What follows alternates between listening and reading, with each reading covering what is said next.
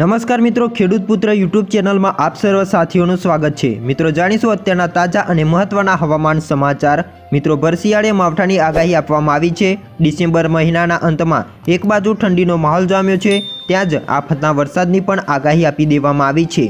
આજે મિત્રો વહેલી સવારથી જ અનેક વિસ્તારોમાં વરસાદી ઝાપટા જોવા મળ્યા છે। ખાસ કરીને આગામી 24 કલાક દરમિયાન રાજ્યના કયા કયા વિસ્તારોની અંદર વરસાદની સંભાવનાઓ રહેલી છે, કયા 4 જિલ્લાઓમાં કરા પડવાની શક્યતાઓ રહેલી છે, તેના વિશે અપડેટ મેળવીશું આજના આ હવામાન સમાચારમાં। હવામાન વિભાગના ડોક્ટર એ.કે. દાસે જણાવ્યું હતું કે આગામી 24 કલાક દરમિયાન ગુજરાત રિજનમાં હળવાથી મધ્યમ વરસાદ જોવા મળી શકે છે। થંડર સ્ટોર્મ અને ગાજવીજની પણ સંભાવનાઓ રહેલી છે। જ્યારે પવનની ગતિની વાત કરીએ તો 30 થી લઈને 40 કિલોમીટર પ્રતિ કલાકની રહેશે તેવી મિત્રો આગાહી આપવામાં આવી છે। જેમાં મિત્રો જણાવવામાં આવ્યું છે કે સાબરકાંઠા, બનાસકાંઠા, અરવલ્લી, નર્મદામાં કરા પડવાની પણ સંભાવનાઓ રહેલી છે।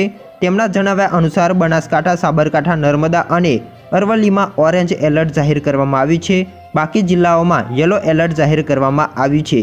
વાત કરીએ તો મિત્રો વડોદરા, છોટા ઉદેપુર, ભરૂચ, સુરત, ડાંગ, નવસારી, વલસાડ, તાપી અને અમદાવાદમાં પણ હળવાથી મધ્યમ વરસાદની આગાહી આપવામાં આવી છે। જ્યારે ગાંધીનગર, પાટણ, મહેસાણા, ખેડા, આણંદ, અરવલ્લી, પંચમહાલ, દાહોદ, મહીસાગર, દમણ અને દાદરાનગર હવેલીમાં પણ વરસાદની શક્યતાઓ રહેલી છે। બંગાળની ખાડીની સિસ્ટમ મજબૂત બનીને આગળ વધી અને તેના ભેજના કારણે અમુક વિસ્તારોની અંદર માવઠાની શક્યતાઓ રહેલી છે।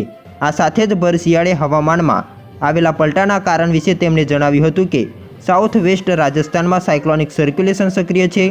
નોર્થ પાકિસ્તાનથી લઈને south East central Arabian C સુધી એક ટ્રફ બનેલો છે, તેના કારણે વરસાદની આગાહી આપવામાં આવી છે।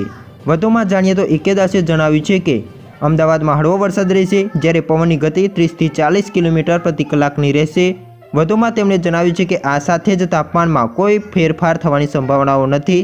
24 કલાક સુધીમાં તેમાં કોઈ મોટો ફેરફાર નહીં થાય, તે બાદ તાપમાનમાં 2 થી 3 ડિગ્રીનો ઘટાડો નોંધાઈ શકે છે।